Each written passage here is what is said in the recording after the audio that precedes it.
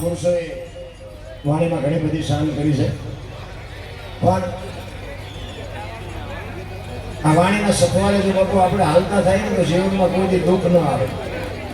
રામાયણ અને મહાભારત બે મહાપુરુષો બનાવ્યા છે, પણ જો બે આપણને કેળો આપ્યો છે, કેવા દીકરા હોય, કેવા ભાઈઓ હોય, કેવી દીકરી હોય, કેવી મા હોય, કેવા બાપ હોય, કેવા માવતર હોય, આ જોવું હોય કે રામાયણમાં જોવું, અને રડેલો ન ખાવું હોય મહાભારતમાં જોવું. બધા એમાં જ પડે છે, નથી દેવું જ કરે. આ કૃષ્ણ પરમાત્મા દુર્યોધનને આ જ વાત કરી હતી કે હસ્તિનાપુરની ગાદી તમે લઈ લ્યો, પણ 5 ગામ તો દીવો, આ 5 ભાઈને ખાવું શું? એ કે હોના નાકાને એની જેટલું નથી દેવું, કે બાજવું પડશે, કે બાજવું છે પણ દેવું નથી.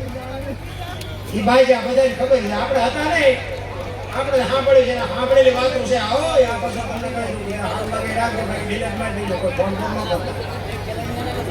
આ તો મીડિયા કારણ કે રામ વનમાં ગયા હતા, એ બધા કયા છે એટલે હું કહું છું, રામ ગયા હતા હું ન કહું. જોખમ વાત છે.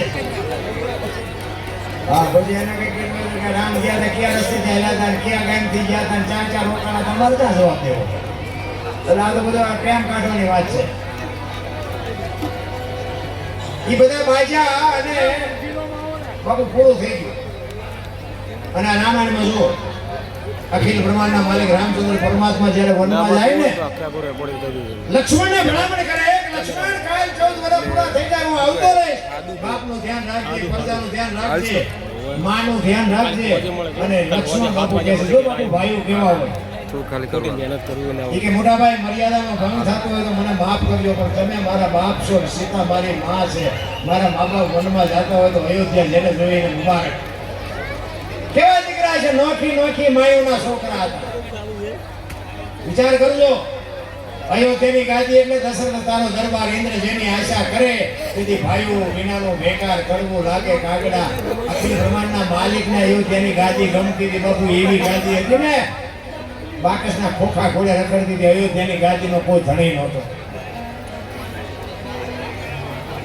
તો અત્યારે આપણે જોઈએ હગો ભાઈ હગા ભાઈ વેચ જમીન હાટું મારી નાખ્યું. એક જાય ઉપર, એક જાય જેલમાં. જમીન તો એ ન પડે. પછી જેલમાં ગયો એની ખબર કાઢવા જાવતી શું કે ઓલું ફસાવી ગણ જાય ભલે જાય પણ મને મારો કઢાવતા વેચ જવાતી દિવસ તારે મોડું થઈ ગયું હોય. રામ ધરતી રાજા રામની કોઈની પૂરી કરીને આ જાનીમાં છે કઈક રાણા નમી ગયા, કઈક લઈ ગયા નિરાશ. અરે લઈ જાઓ કે એને બાપુ કાંઈ ભેટું નહીં, અને નથી દેવું કર્યું એની પાસે કાંઈ વધ્યું નહીં. શું ભલામણા તમે ઇતિહાસ તો જો, બાકી તો બધા કરમની વાતો. બધા કે સ્વર્ગમાં ઇન્દ્ર ભગવાન સોનાના સિંહાસન ઉપર બેઠા છે, ત્યાં ઇન્દ્રને બંધ થઈ ગઈ છે, નાચે છે, ત્યાં ફુવારા છે, અહીંયા કોઈ જીઆઈ હોય કોણ મારે કોઈ ચાલ ભાઈ જીઆઈ ઉપર આ બધું આમ જ હાલે છે. સ્વર્ગમાં બેઠા હોય બદલાય છે. હે આ માંડવા જો, આ લાઈટ આપણે નાખવાની નથી, ખાવાનું પીવાનું, આ લાઈટો ના વાહન ને આ તમે જો સાઉન્ડ ને સાજીદાર હિલોળા નથી. હવે આથી બીજું સ્વર્ગ હોય ક્યાં?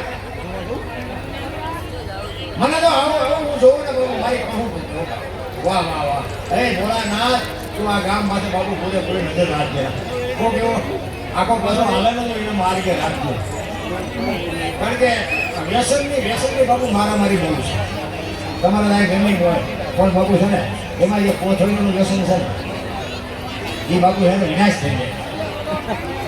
તમે જો આ ભોળાનાથની પ્રતિષ્ઠા છે, શિવલિંગ બનાવવા વાળો કોઈ માણા જે છે ને, બનાવવા વાળો માણા, આ લઈ આવવા વાળા માણા, એની પ્રતિષ્ઠા કરવા વાળા માણા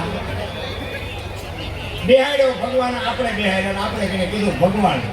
પણ બાપુ આ શિવલિંગ તમે બેહાડ્યા પછી કોઈ 135 વાળો માવો સડાવી, અરે દારૂ કોથળી સડાવી